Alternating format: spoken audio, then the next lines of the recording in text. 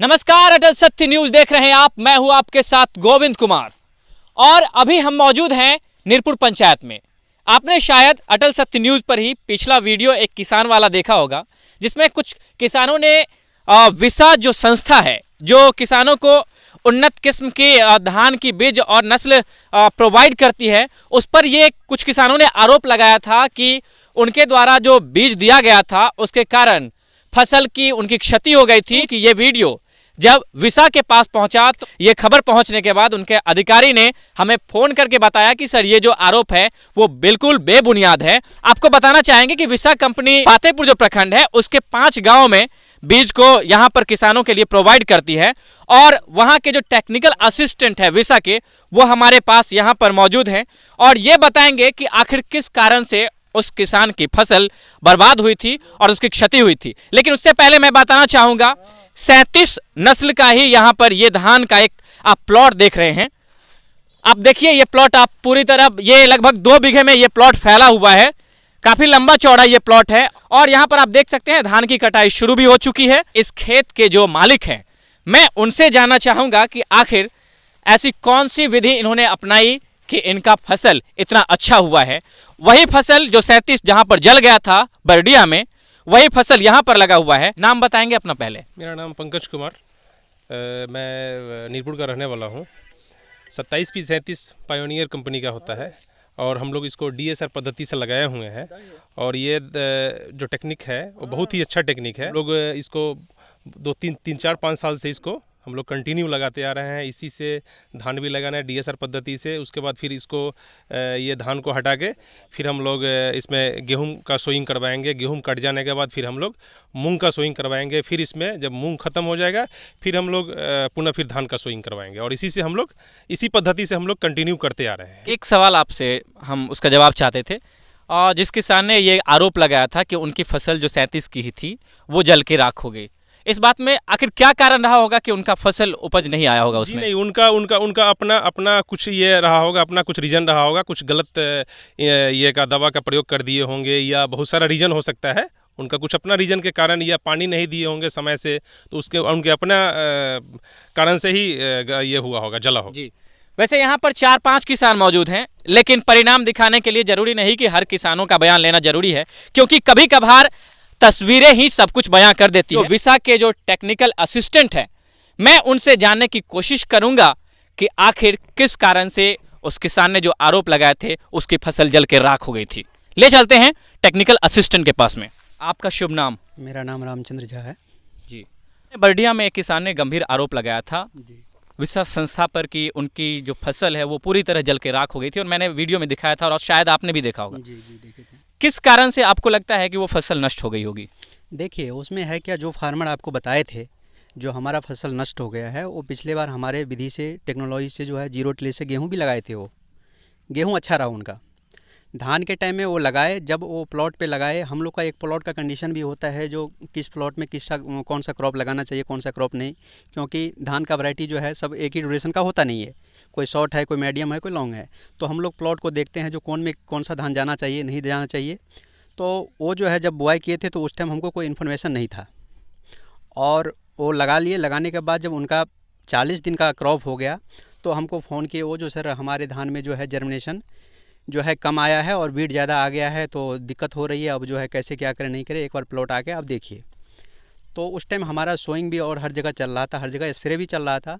तो हम नेक्स्ट दिन जो है टाइम निकाल के उनके खेत पे पहुँचे तो जो सर्विस प्रोवाइडर वहाँ का जो है सोनू कुमार लगाए हुए थे बरडिया का, वो पहले उनके खेत पे गए थे और कुछ दूर जो है वो वीड निकाल के उनको दिखा दिए, धान में लाइनिंग जो है आपका है या नहीं है, ठीक इतना है तो बहुत है।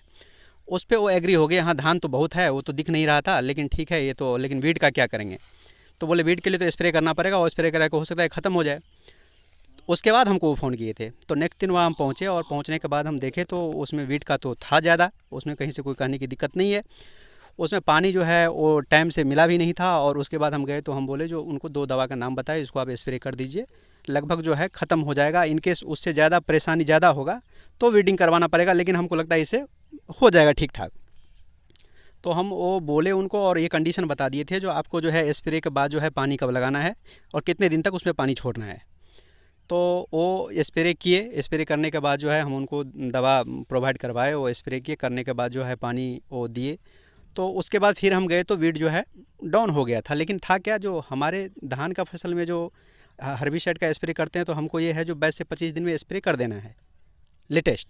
वो जो है 45-20 दिन तो वैसे ही लेट हो गया था वो, और ज़्यादातर उसमें मोथा था, कुछ दुबी का परसेंटेज था। तो उसमें हम उनको बोले, तो उसके बाद जो है फिर हम बोले इसको एक स्प्रे आपको फिर दोबारा करना पड़ेगा क्योंकि ज़्यादा वीड है। तो और निकोनी में वो सहमत नहीं हुए, बोले सर पैसा ज़्यादा लग जाएगा। तो हम बोले एक स्प्रे कीजिए, दवा फिर हम उनको प्रोवाइड करवाए और बोले थे पानी का जो कंडीशन बताए थे वो टाइम से पानी दिए। वो बोले हम 3 पानी दिए। आप ये समझ सकते हैं जो इस बार का पातेपुर ब्लॉक का जो कंडीशन था बारिश का क्या था, आप देख ही सकते हैं। अर्ली लगा हुआ था, उसमें टोटल पानी वो 3 दिए हैं। उनके खेत पे बोर्डिंग है, उसके बाद वो 3 पानी दिए हैं। खुद वो आपको भी कहे होंगे जो 3 पानी हमने दिए हैं। हमारे फार्मर यहाँ जो अर्ली में जो आपको जून में 7-8 जून को लगा है, कम से कम 7-8-10 पानी इस बार धान में लग गया है। तब ये क्रॉप जो आपको देखने के लिए मिल रहा है, तब ये क्रॉप है। वो चीज़ वो किए नहीं। उनको ये लगा जो हम जो है धान लगा लिए हैं, धान नुकसान होगा तो हमको जो है मुआवजा बीच में मिलेगा। आपको रोकना चाहूँगा मैं, एक ही किसान नहीं थे वहाँ पर, थी महिला भी थी और उसके अलावा और भी किसान थे। क्या लगता है कि सभी किसानों ने आपके बताए हुए रूल्स रेगुलेशन को फॉलो नहीं किया होगा?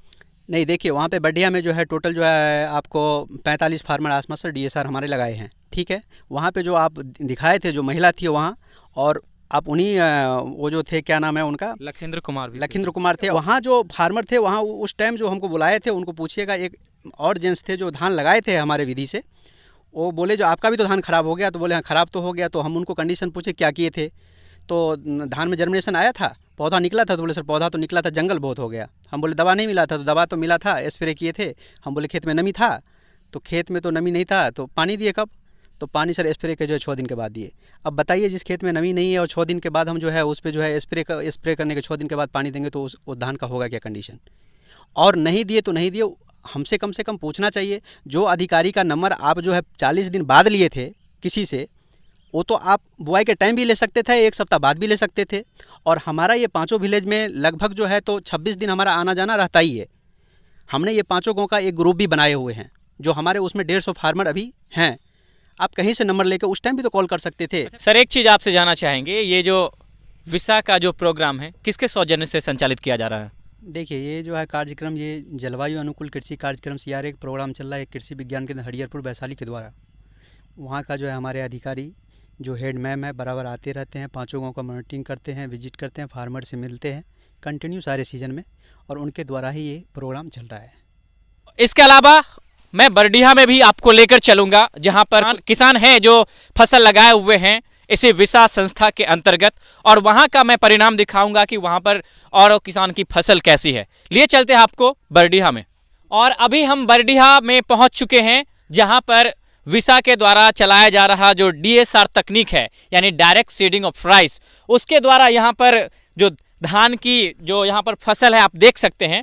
और जो आरोप लगाया गया था उस धान की अपेक्षा में, जो जला हुआ था उसके अपेक्षा में इस फसल की क्या स्थिति है, ये आप डायरेक्ट आप इस तस्वीर के माध्यम से देख सकते हैं। और इसमें मुझे ज़्यादा बोलने की कुछ ज़रूरत नहीं है। ये खेत देखिए आप, ये भी DSR तकनीक के द्वारा ही खेती की गई है। इसी से आप निर्णय कीजिए कि ये जो तकनीक है कितना बेहतर है और इस तकनीक के द्वारा हमें खेती करनी चाहिए या नहीं करनी चाहिए।